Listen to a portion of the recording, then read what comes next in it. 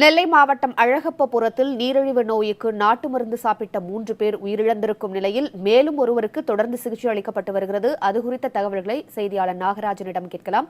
நாகராஜ், இந்த 3 பேர் உயிரிழந்ததற்கு நாட்டு மருந்து சாப்பிட்டதா காரணம் என உறுதி செய்யப்பட்டு விட்டதா? அதன் விவரம் என்ன?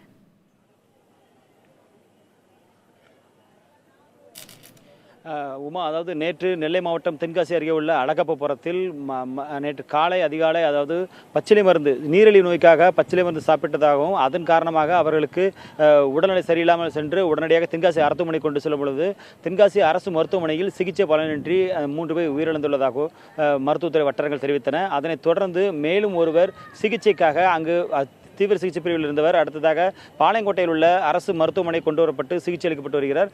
தற்பொழுது நேற்று அவருக்கு இருந்த நிலையை தொடர்ந்து இன்று அவருக்கு கொடுக்கப்பட்ட சிகிச்சையில் நல்ல முன்னேற்றம் ஏற்பட்டுள்ளதாக மருத்துவமனை வட்டாரங்கள் தெரிவிக்கின்றன. அதாவது நேற்று சுயநினைவு இல்லாத சூழ்நிலையில் அந்த சாமிநாதன் சிகிச்சை பெற்று வந்தார். இந்த நிலையில் இன்று காலை அவருக்கு அளிக்கப்பட்ட சிகிச்சையில் தற்பொழுது இன்று காலை வரை உள்ள நிலையில் தற்பொழுது அவர் அதாவது நேற்று சுயநினைவு இல்லாத நிலையில் இன்று சுயநினைவோடு இருப்பதாக மருத்துவமனை துறை அதிகாரிகள் தெரிவிக்கிறார்கள்.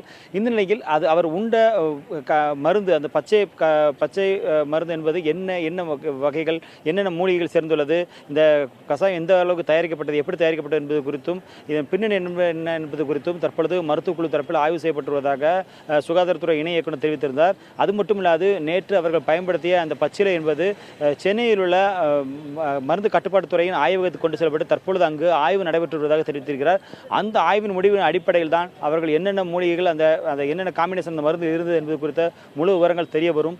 அந்த மருந்து தான் இந்த நேரடியாக அந்த மருந்து தாக்கியுள்ளதா, இதயத்தை தாக்கியுள்ளதா என்பது குறித்தும் முடிவுகள் மூலமாக உறுதி செய்யப்படும் என்று மருத்துவத்துறை தரப்பில் சுகாதாரத்துறை இணை இயக்குநர் தங்கராஜ் அவர்கள் தெரிவித்திருக்கிறார்கள். உமா, நாகராஜன், இந்த பிரேத பரிசோதனை அறிக்கை எப்போ வெளியாகும்? அந்த உயிரிழந்த அந்த மருத்துவர் குறித்த பின்னணி ஏதாவது தெரிய வந்திருக்கா?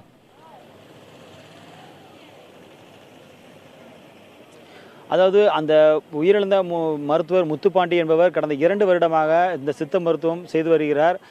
சித்த மருத்துவம் என்ற பெயரில் நாட்டு வைத்தியம் என்று செய்து வருகிறார். அவர் சிறு சிறு நோய்களுக்கு, அதாவது இந்த சர்க்கரை நோய் மற்றும் உடல் பருமனாக இருந்தால் மெலிவதற்கு என பல்வேறு சிறிய வகைகளான நோய்கள் என்று வருபவர்களுக்கு அவர் மருந்தளித்து வந்துள்ளார். இந்த நிலையில் இந்த நீரிழிவு நோயை பொறுத்த வரைக்கும் இன்னும் அலோபதியிலே முழுவதுமாக தீர்க்கப்பட முடியாத ஒரு பிரச்சனை இருக்கும் பொழுது தற்பொழுது அவர் நாட்டு மருந்து மூலமாக தீர்த்து விடுவேன் என்றும் அதுவும் குறைந்த செலவில் செய்து விடுவேன் என்றுதான் கூறி வந்து அந்த பகுதியில் கொடுத்துள்ளார். அதனை நம்பிதான் ஒருவர் மாற்றி ஒருவர் என அவர் உறவினர்களுக்குள்ளே வாங்கி அந்த மருந்தை உட்கொண்டுள்ளனர். கடந்த 15 நாட்களாக அந்த மருந்து அவர் கொடுத்த மருந்தை சாப்பிட்டு வந்துள்ளனர்.